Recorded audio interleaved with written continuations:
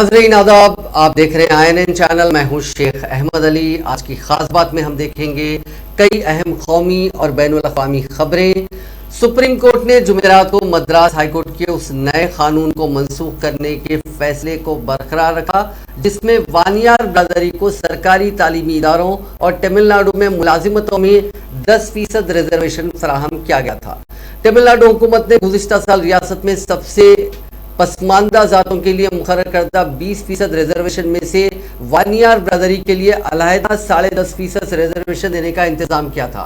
इस फैसले को दीगर पसमानदा जातों से ताल्लुक रखने वाले बहुत से लोगों ने मफाद आम्मा की अर्जी के जरिए चैलेंज करते हुए उसे मनसूख करने का मुतालबा किया था। हाई कोर्ट ने रिजर्वेशन से मुताल्लिक रियासती हुकूमत के नए कानून को रद्द कर दिया था। रियासती हुकूमत ने हाई कोर्ट के इस फैसले को सुप्रीम कोर्ट में चैलेंज किया था। जस्टिस एलन रॉ और जस्टिस BR गावाई की बेंच ने मुताल्लिका फरीकों के दलाइल सुनने के बाद तमिलनाडु हाईकोर्ट के फैसले को बरकरार रखा जिसमें 10.5% रिजर्वेशन को गैर आईनी करार दिया गया था।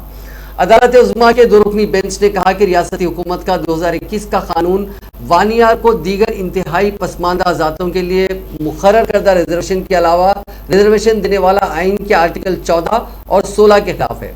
बेंच ने कहा कि हमारा ख्याल है कि वानियार को दूसरों से अलग ग्रुप के तौर पर बर्ताव करने की कोई बुनियाद नहीं है। मद्रास हाईकोर्ट ने 1 नवंबर 2021 को अपने फैसले में कहा था कि रियासती हुकूमत ने आबादी, समाजी, तालीमी हैसियत, खिदमात में पसमानदा तबकात की नुमाइंदगी की आदाद शुमार के बगैर रिजर्वेशन एक्ट पास किया है। ऐसा करना आइन की नज़र में गैर कानूनी है। पाकिस्तान के वज़ीर आज़म इमरान खान की हुकूमत इख्तिदार की आखिरी सांसें गिनती नजर आ रही है। इस बीच इमरान खान ने पाकिस्तान की कौम को मुखातिब किया। उनका ये खिताब 1 घंटा देरी से शुरू हुआ। वो चाशुमे को भी मुल्क को मुखातिब करने वाले थे लेकिन ऐन वक्त पर उसे टाल दिया गया था। कहा जाता है कि जनरल बाजवा और ISI चीफ ने उन्हें हिस्सास मामलों पर बोलने से मना किया था। अपने खिताब में इमरान खान ने दावा किया कि नवाज शरीफ नेपाल में छिपकर हिंदुस्तान के वज़ीर आज़म नरेंद्र मोदी से मिला करते थे।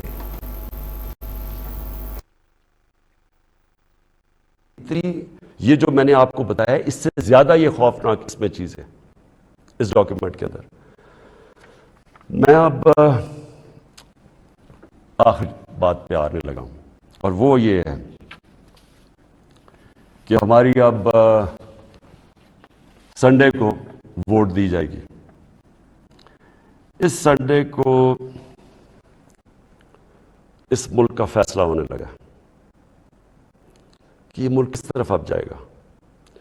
क्या वही गुलामाना पॉलिसी, करप्ट लोग जिनके ऊपर 30-30 साल से करप्शन के केसेस हैं, नैब में इनके केसेस पड़े हैं।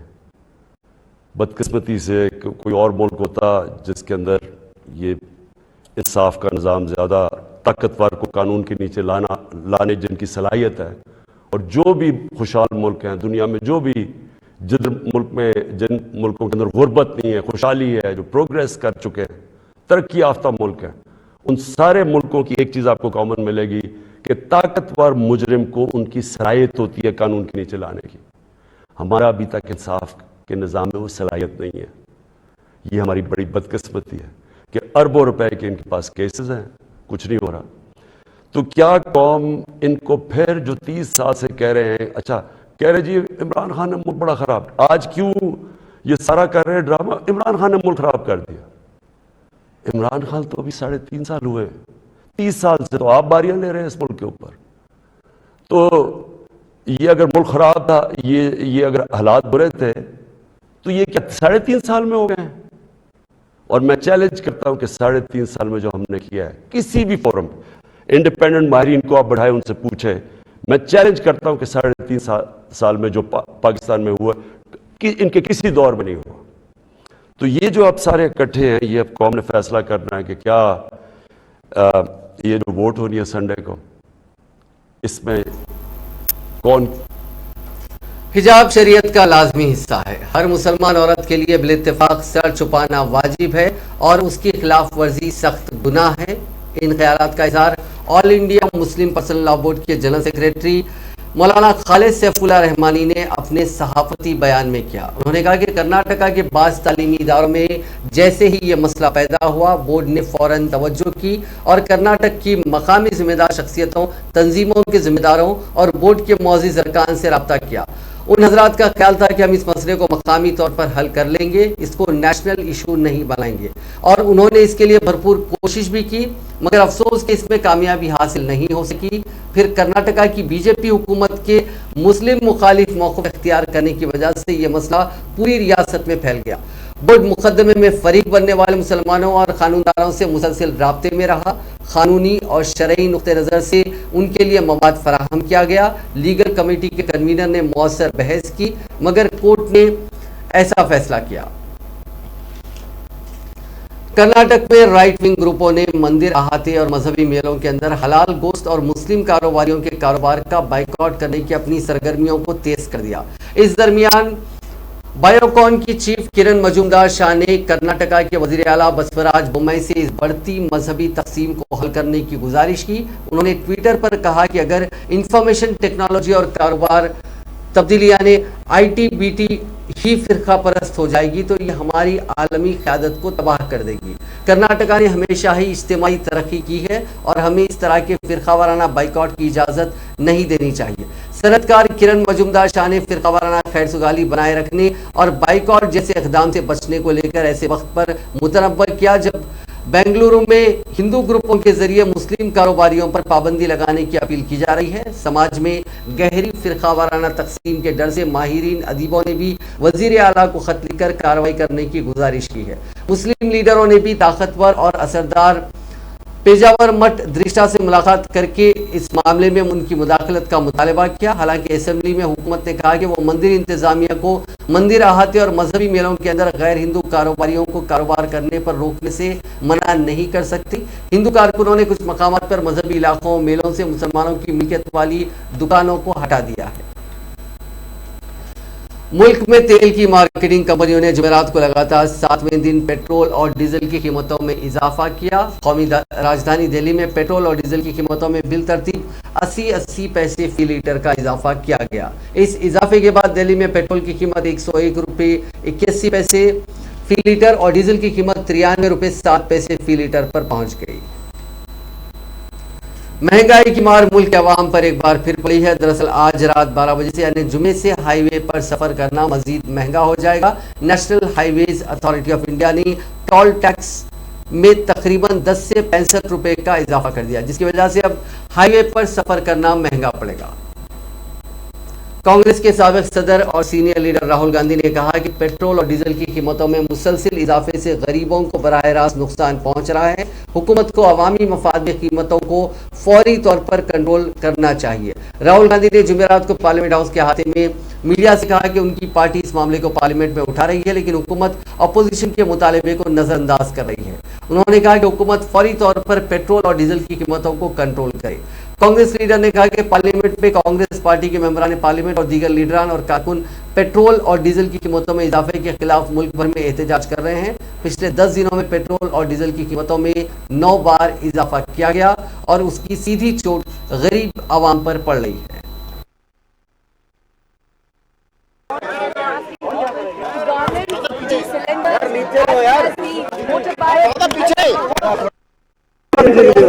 आज यहाँ हमारे कांग्रेस पार्टी के एमपीज और देश में हर स्टेट में हर कैपिटल में डिस्ट्रिक्ट्स और ब्लॉक्स में कांग्रेस पार्टी जो प्राइस राइज है और खासतौर से जो पेट्रोल और डीजल की प्राइस राइज है उस पर एजिटेशन कर रही है। पिछले 10 दिन में 9 बार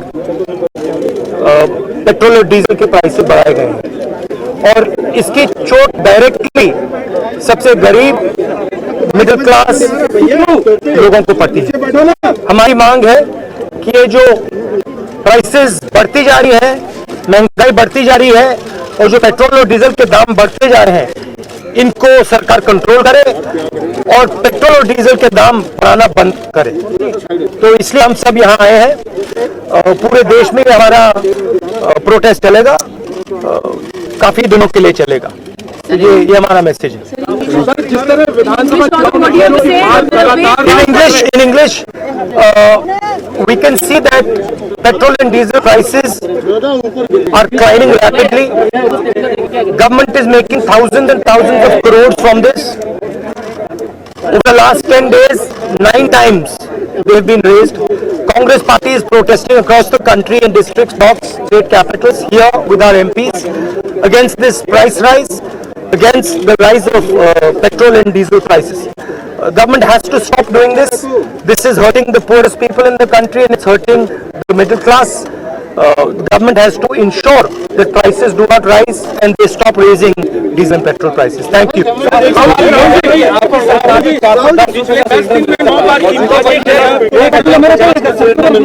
मोदी सरकार ने चुनाव के वक्त नहीं बढ़ाया, किस तरीके से उनकी मंशा? देखिए, वो तो सब लोग जानते हैं, गैस सिलेंडर की प्राइस डबल हो गई है, 102 रुपए है पेट्रोल का दाम आज दिल्ली में। ये तो हिस्ट्री में कभी नहीं हुआ है इस लेवल की प्राइसेस।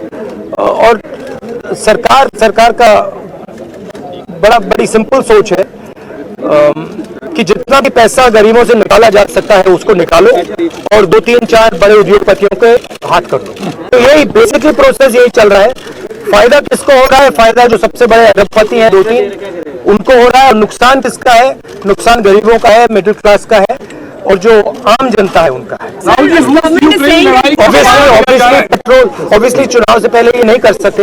मैंने उस टाइम भी कहा था कि चुनाव के समय मैंने कहा था, देश की जनता से कहा था, पेट्रोल डीजल भर लो, अभी भर लो, क्योंकि बाद में मुसीबत आएगी। मरकजी हुकूमत ने शुमाल मशरकी रियासतों नागालैंड, आसाम और मणिपुर में arm forces special powers act के तहत आने वाले शोरीज़दा इलाकों के दायरे में कमी करने का फैसला लिया है। मरकजी वज़ीर दाखिला अमित शाह ने जुमेरात को सिलसिलावार ट्वीट्स करके कहा कि एक अहम कदम उठाते हुए हुकूमत ने नागालैंड, आसाम और मणिपुर में arm forces special power act के तहत आने वाले शोरीज़दा इलाकों के दायरे में कमी करने का फैसला किया। यह फैसला वज़ीर आज़म नरेंद्र मोदी की क़यादत में शुमाल मशरक़ी खित्ते में तरक्याती प्रोग्रामों और इंतहा पसंदी के खात्मे के लिए मुख्तलिफ माहिदों की वजह से हालात में बेहतरी के नतीजे में लिया गया। अमित शाह ने कहा कि वो इस फैसले के लिए वज़ीर आज़म का शुक्रिया अदा करते हैं। उन्होंने कहा कि शुमाल मशरक़ी खित्ता कई दहाइयों से नज़रअंदाज था, लेकिन अब वहाँ अमन, खुशहाली और गैर मामूली तरक्की की लहर दौड़ रही है। उन्होंने कहा कि वो इस मौके पर शुमाल मशरक़ के लोगों को मुबारकबाद पेश करते हैं। ऐवान बाला राज्यसभा की मुद्दत पूरी करने वाले 72 अरकान को आज अलविदा किया गया और उनके रोशन मुस्तकबिल के साथ अवामी ज़िंदगी में सरगर्म रहने के लिए दुआ की गई। भारतीय जनता पार्टी की सीनियर लीडर और वज़ीर ख़जाना निर्मला सीतारामन, कायद ऐवान पीयूष गोयल और अक़लियती बहबूद के वज़ीर मुख्तार अब्बास नकवी, कांग्रेस के deputy leader Anand Sharma, AK Antony, P Chidambaram, Ambika Soni, Janata Dal you के कायद और स्टील के वजीर रामचंद्र प्रसाद सिंह और बैनुल अक़वामी खिलाड़ी और नामजद रुकन मैरी कॉम नुमाया हैं। अरकान को अलविदा कहते हुए वज़ीर आज़म नरेंद्र मोदी ने कहा कि इस ऐवान की मुद्दत पूरी करने वाले बहुत से अरकान बहुत तजुर्बेकार रहे हैं और बाज़ औक़ात तजुर्बा इल्म से ज़्यादा ताकतवर होता है। तजुर्बे से मसाइल आसान तरीके से हल होते हैं और गलतियाँ बहुत कम होती हैं। इन अरकान के ऐवान के जाने के बाद तजुर्बे की बहुत बड़ी कमी महसूस की जाएगी, जिसे पूरा करना नए आने वालों की जिम्मेदारी होगी। उन्हें पूरी जिम्मेदारी के साथ काम करना होगा।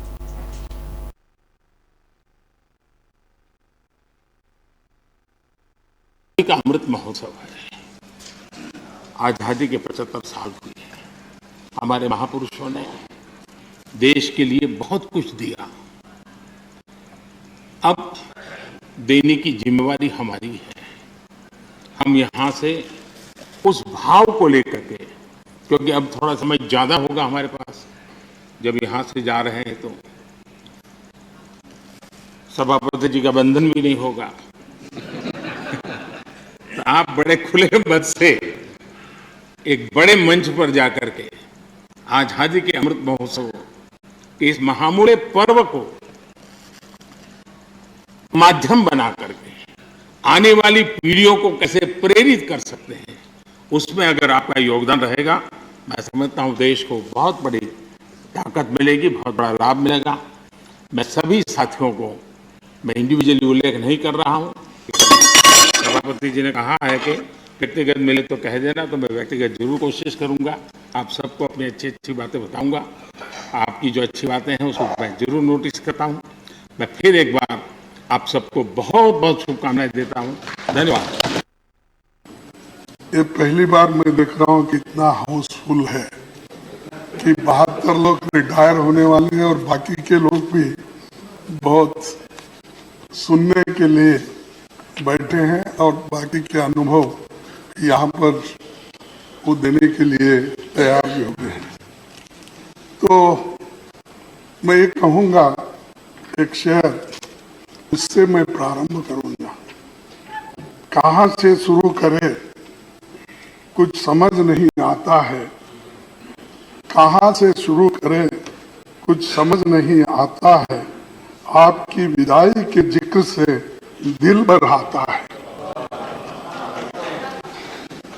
सो आपकी विदाई से अपना दिल भर के आता है।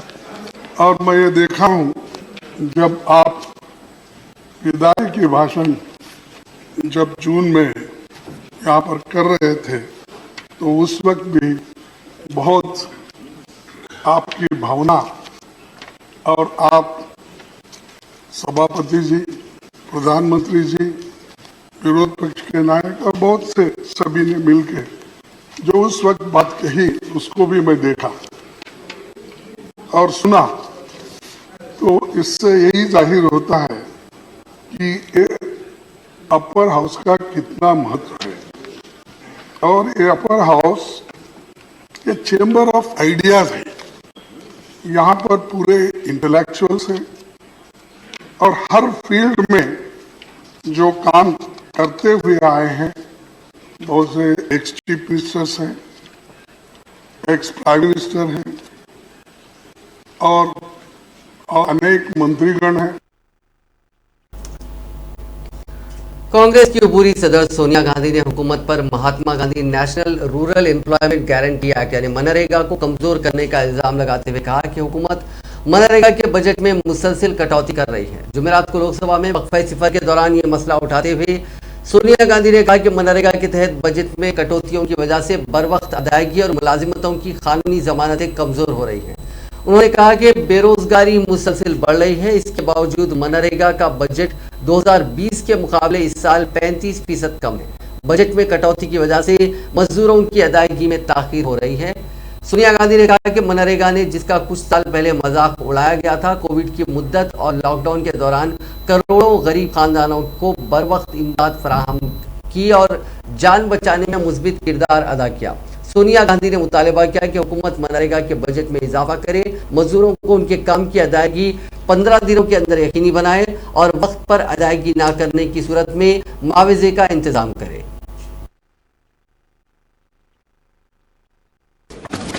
चेयरपर्सन महोदया, महात्मा गांधी नरेगा, जिसका कुछ साल पहले कई लोगों ने मजाक उड़ाया था, उसी मनरेगा ने कोविड और बार बार के लॉकडाउन में प्रभावित करोड़ों गरीब परिवारों को ठीक समय पर सहायता प्रदान करते हुए सरकार के बचाव में एक सार्थक भूमिका निभाई है। फिर भी मनरेगा के लिए आवंटित बजट में लगातार कटौती की जा रही है, जिसके कारण काम मिलने और समय पर मजदूरी के भुगतान की कानूनी गारंटी कमजोर पड़ रही है। इस साल मनरेगा का बजट 2020 की तुलना में 35% कम है, जबकि बेरोजगारी लगातार बढ़ रही है। बजट में कटौती से कामगारों के भुगतान में देरी होती है, जिससे माननीय सुप्रीम कोर्ट ने फोर्स्ड लेबर माना है। इसी वर्ष 26 मार्च को सभी राज्यों ने इस योजना के तहत अपने खाते में नकारात्मक संतुलन दिखाया है, जिसमें कामगारों को भुगतान का लगभग 5,000 करोड़ रुपए बकाया है। चेयरपर्सन महोदया, अभी हाल में सभी राज्यों से कहा गया है कि उनके सालाना श्रम बजट को तब तक मंजूरी नहीं दी जाएगी जब तक कि वे लोकपालों की नियुक्ति और सोशल ऑडिट से संबंधित शर्तों को पूरा नहीं करेंगे। सोशल ऑडिट को निश्चित रूप से प्रभावी बनाया जाना चाहिए, लेकिन इसे लागू करने में शहरी हवाबाजी के मरकजी वजीर ज्योतिरादित्य सिंधिया ने कहा कि आम लोगों के लिए हवाई सफर को आसान बनाने के लिए उड़ान स्कीम के तहत 11 नई एयरलाइंस शुरू की गई हैं। लोकसभा में एक ज़मीनी सवाल का जवाब देते हुए सिंधिया ने जुमेरात को कहा कि उड़ान स्कीम के तहत वजीर आजम नरेंद्र मोदी का नजरिया था कि हवाई चप्पल पहनने वाला भी हवाई सफर करे। इसके तहत 11 नई एयरलाइन शुरू की गई हैं, जिनमें से 3 स्टार्टअप हैं। ये सिविल एविएशन सेक्टर के लिए अच्छी बात है। Number of DGCA approved training institutes in the country which are entitled to give licenses for drones operations, sir. Speaker, sir, through you, I'd like to inform the member that there are, as of today, as I mentioned, 18 remote pilot training organizations that have got authorization from DGCA. One in Gujarat, 4 in Haryana, 1 in Himachal Pradesh, 1 in Jharkhand, 1 in Karnataka, 1 in Madhya Pradesh, 4 in Maharashtra, 2 in Telangana, 1 in Tamil Nadu, and 2 in Uttar Pradesh. But this list is going to be expanded very rapidly. In the answer to his question, I have also mentioned to him that there are 100 and close to about 71 manufacturing companies that have started production in India in the area of drones. And as far as drone pilots are concerned, we have a very, very promising future, because even a class 12 student spending close to about 10 to 15 days at a drone school can become a drone pilot and can even earn a salary of close to 30,000 rupees a month. So it will be a huge employment generator in the days to come as well. I am very confident that we will have drone pilots in India, above lakhs of drone pilots, close to crores of drone pilots in the years to come. Okay, Vinayak Rao ji. धन्यवाद अध्यक्ष महोदय। एक उपयुक्त ऐसी policy जो drone technology माननीय मंत्री महोदय जी ने जो पेश। बिहार असेंबली के बजट सेशन का आज इख्तिताम हो गया। इसकी शुरुआत हंगामे के साथ हुई। बिहार में बिगड़ती लॉ एंड ऑर्डर की सिचुएशन और बेलगाम मसले पर जबरदस्त हंगामा देखने को मिला। ऐवान की कार्रवाई शुरू होते ही कम्युनिस्ट पार्टी के एमएलए ने बिहार में बेलगाम वाक़े पर हंगामा शुरू कर दिया। ऐवान में हंगामा कर रहे एमएलए को असेंबली के स्पीकर विजय कुमार सिन्हा ने खामोश होने की हिदायत दी, लेकिन बाद में एमएलए ने जब उनकी बात नहीं मानी तो उन्हें सस्पेंड कर दिया गया और मार्शल्स के जरिए उन्हें बाहर निकाला गया।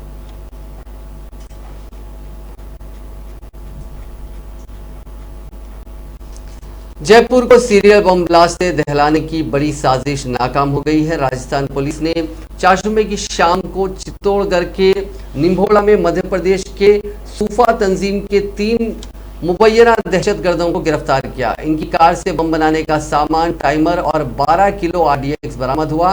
मुलजिम निम्भोला में बम बनाकर दूसरी गैंग को देने वाले थे, जो जयपुर में 3 जगह सीरियल ब्लास्ट करने वाला था। साजिश को अंजाम देने से पहले ही पुलिस ने उन्हें पकड़ लिया। उनके खिलाफ मुख्तलिफ तंजीमों के तहत मामले दर्ज किए गए हैं। पुलिस ने कहा कि इस तंजीम से करीब 40 से 45 नौजवान जुड़े हुए हैं। पुलिस काफ़ी इन सभी के खिलाफ काफ़ी तफसील से तहकीकात कर रही है और इन सब के खिलाफ जो भी साजिश में मुलविस हैं उनके खिलाफ कार्रवाई की जाएगी। आर्यन खान क्रूज ड्रग्स मामले में मुंबई की अदालत नारकोटिक्स कंट्रोल ब्यूरो को बड़ी राहत देते हुए उसे चार्जशीट दाखिल करने के लिए 60 और दिनों का जायद वक्त दे दिया है। पहले उसे 2 अप्रैल को चार्जशीट दायर करनी थी। आर्यन खान पर ड्रग्स लेने समेत कई दीगर इल्जाम हैं। इससे पहले एनसीबी ने पीर के रोज मुंबई के सेशंस कोर्ट में एप्लीकेशन दायर की थी और आर्यन खान से मुताल्लिक क्रूज केस में चार्जशीट दाखिल करने के लिए 90 रोज का एडिशनल टाइम मांगा था, जिस पर सुनवाई करते हुए स्पेशल जज वीवी पाटिल ने फैसला रिजर्व रख लिया था। अदालत में एनसीबी ने तर्क दिया था कि हाई प्रोफाइल मामले में जांच अभी भी जारी है, इसीलिए चार्जशीट दाखिल करने के लिए वक्त बढ़ाया जाए, जिसे आज अदालत ने मान लिया। एजेंसी ने 2 अक्टूबर 2021 को मामला दर्ज किया था और मामले में 20 लोगों को गिरफ्तार किया गया था। इनमें से 18 मुलजिमीन अभी जमानत पर हैं, 2 मुलजिमीन जुडिशियल रिमांड में हैं। एनसीबी के पास इस मामले में चार्जशीट दाखिल करने के लिए 180 दिन का वक्त था, जो 2 अप्रैल 2022 को खत्म हो रहा था। एनसीबी ने narcotics, drugs and psychotropic substance act के तहत ये मामला शुरू किया था और इस पूरे मामले पर गिरफ्तारियों के बाद काफी हंगामा हुआ था। उत्तर प्रदेश के लखीमपुर खीरी में गुज़िश्ता साल 3 अक्टूबर को हुए तशद्दुद के दौरान मरकजी वजीर अजय मिश्रा टेनी के बेटे के काफिले के जरिए मुबैना तौर पर रौंद कर मार दिए गए 4 किसानों के कुंबे अब इस मामले को उत्तर प्रदेश से बाहर ले जाने का मुतालबा कर रहे हैं। मुतासरीन को अंदेशा है कि अब रियासत में वो इंसाफ हासिल नहीं कर सकेंगे। जुमेरात को सहाफियों से बात करते हुए गुरविंदर सिंह के बड़े भाई गुरसेवक सिंह ने कहा कि मामला दिल्ली में मुंतकिल किया जाना चाहिए। हम सभी जानते हैं कि कार्रवाई यहाँ मुतासिर हो रही है। किसानों को धमकी देने वाली वीडियो वायरल होने के बाद मरकजी वजीर के खिलाफ कोई कार्रवाई नहीं की गई। उत्तर प्रदेश हुकूमत का रवैया अलग है। उत्तर प्रदेश में इंसाफ की कोई गुंजाइश नहीं है। तशद्दुद में मारे गए 19 साल लवप्रीत सिंह के वालिद सतनाम सिंह ने कहा कि सभी सबूत होने के बावजूद हम कभी कभी सोचते हैं कि हम एक शिकस्त वाली लड़ाई लड़ रहे हैं। हम सभी जानते हैं कि रियासत मुलजिम को बचाने की कोशिश कर रही है।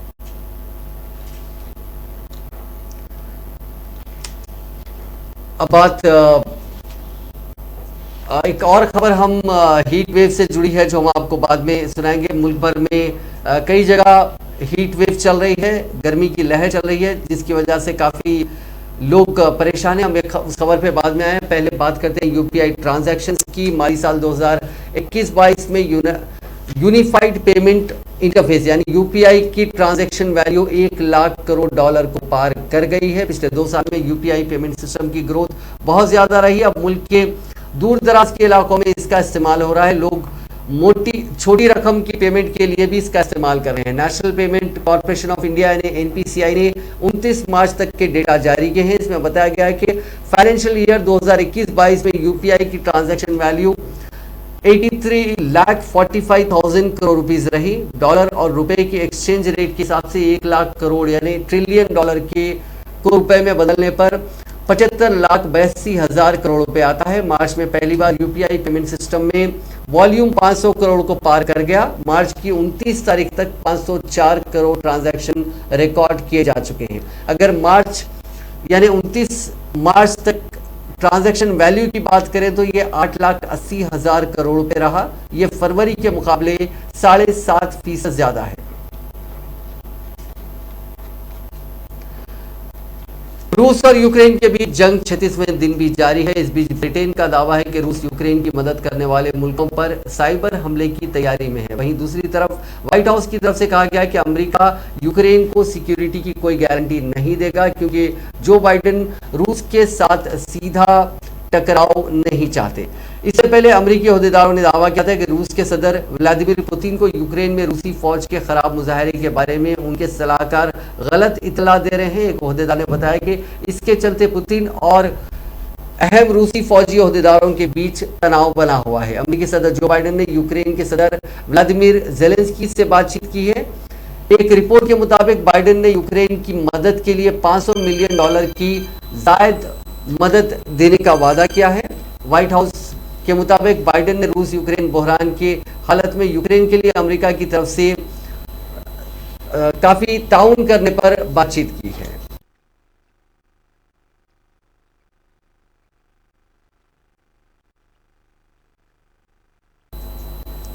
सऊदी अरब की सुप्रीम कोर्ट ने ममलिकत में मौजूद मुसलमानों से अपील की है कि वो बरोज़ जुम्मा बतारीख 1 अप्रैल यानी 29 शाबान को रमजानुल मुबारक का चांद देखें और हुकूमत को अपनी शहादत रिकॉर्ड कराएं। सऊदी अरब की सुप्रीम कोर्ट की जानिब से जारी बयान में कहा गया है कि जो भी शहरी खुली आंख से या दूरबीन के जरिए चांद को देखे वो फौरी तौर पर करीबी अदालत जाकर अपनी शहादत दर्ज कराए। अगर सऊदी अरब में 1 अप्रैल को चांद नजर आ गया तो पहला रोजा 2 अप्रैल को होगा और अगर शाबान का महीना 30 अय्याम का हुआ तो पहला रोजा 3 अप्रैल को होगा।